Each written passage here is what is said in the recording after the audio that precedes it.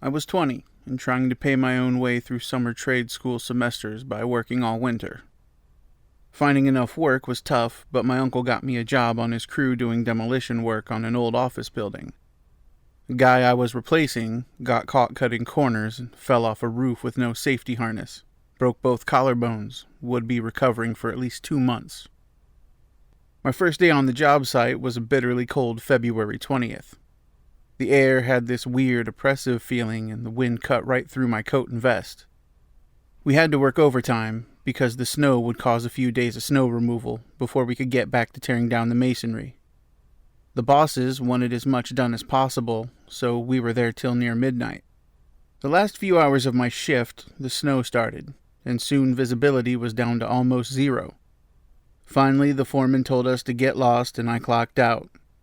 I was hungry as fuck, so I wanted to grab a bite before catching the last bus of the night back to my tiny apartment. No one else was around. I didn't really know anyone yet, and I guess they just took off. I saw a Wendy's across the street with an open sign in the window and headed over. The streets were deserted, and with the blowing snow it looked like the whole city was battening down the hatches and going to ground. The parking lot was empty and there were no lights inside the restaurant, but I pushed on the door anyway and it opened. Inside, the power was off. One skinny teenager stood in front of a register. I was about to leave when he beckoned me over. "Looks like you got no power," I said stupidly. He nodded. "The gas still works. I can take your order." He paused after each word, and I decided he was most likely high. I shrugged and ordered a double burger and cheese. I grabbed my wallet, but he shook his head slowly. He gestured to the dark cash register. "I can't ring it in. It's on the house." I thanked him and waited. In the back I could see nothing but darkness, but I spotted a shape moving back there. I was squinting my eyes, trying to make out more, when a hand emerged and handed the cashier my burger and fries. "Here you go," the stoned-sounding teen said. I took my food and sat at a table. Nobody else was in there besides me, and the snow was so thick outside I couldn't even see the job site across the street. The table was coated in dust. I wiped it off, thinking that they must be short-staffed because of the blizzard. The cashier stared at me in a creepy way, but I ignored him and started to chow down. People acted strange when they were wasted. Nothing new there. The burger was hot and juicy, just the way I liked it. After I finished, I dumped the trash and headed back out. When I got to the door, I looked back and saw the cashier was gone. He must have went into the back for a break, or maybe he was heading home. It didn't look like there would be any more customers that night. I went to the bus stop, and by luck the bus arrived just a few minutes later.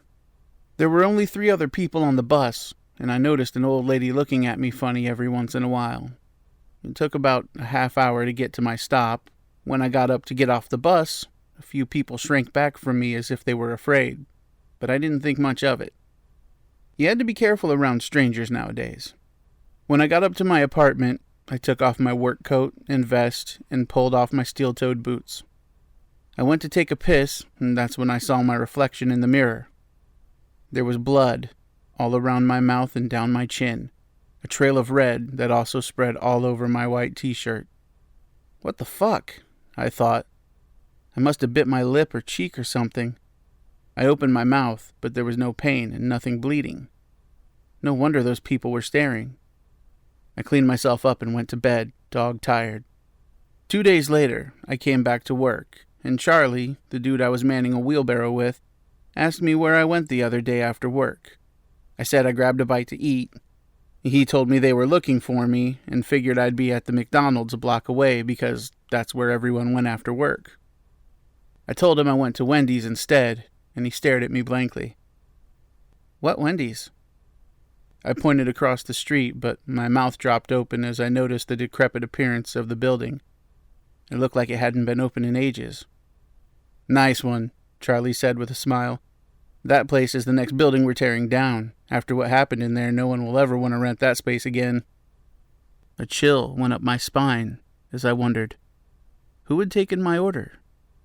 Who had handed him the food? And exactly what it was that I'd eaten in there. Next time, I'll tell you about all the things that happened while we demolished that Wendy's, and what I found in the basement. But that's a tale for another day.